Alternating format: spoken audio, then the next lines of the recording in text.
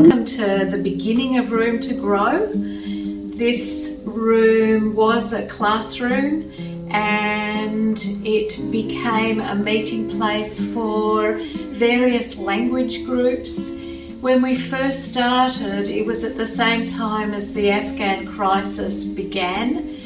It was September, so the first work we did was with the Afghan women and the community, and everyone met here to start working on their applications with one of the bilingual support workers here.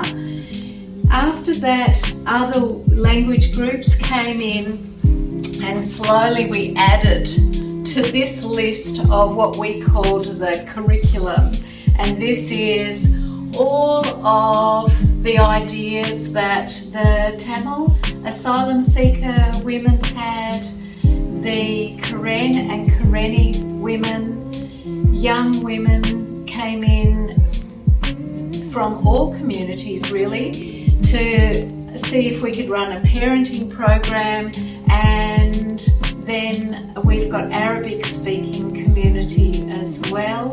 So the Tamil were the first to begin, and they started with parenting talk.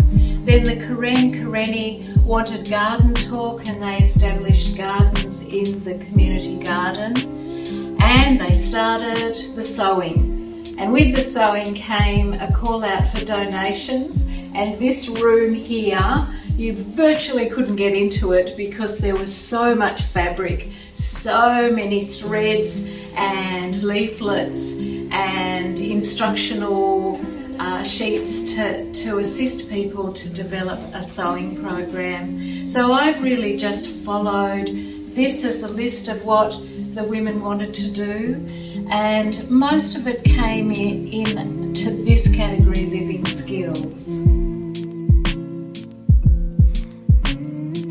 So from the white room, when people started to hear about Room to Grow, many people visited and enrolled for different programs, and we put that list on the board of the cooking talk, mainly conversation English, because many weren't really interested in going to classes yet. We moved over here before the Paco Fest to start bringing all the materials and the sewing machines over, and so the women could start their gardens, we could start cooking and talking in English as much as possible. Sometimes when you get really excited, you need to speak in your own language, and that's where I start to learn some new words in many languages. And then when we moved over here, the men's shed built looms for the Karen women to start their weaving, and that's what you see over here. And I might get Karina to explain what's happening behind us. Most of our Karen leader and Karen women, they come here, and we learned how to swim, how to weaving, and we learn and like English language in our training, and also we have Karen community garden. Most of the Karen leader lady come and they work together here. So this place is important for our Karen people. Thank you so much. The Tamil women meet here in the mornings on Wednesday.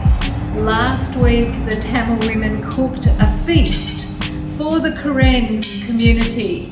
However, it took so long to make 5 curries that we've decided we might need to start much earlier so everyone gets to have lunch. So we're starting to exchange different cultural groups working together.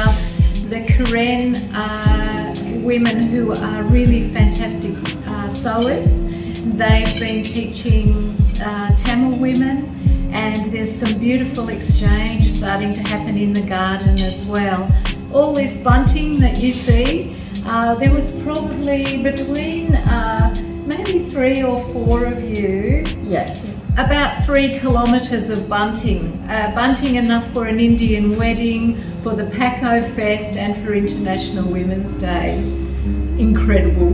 Yeah.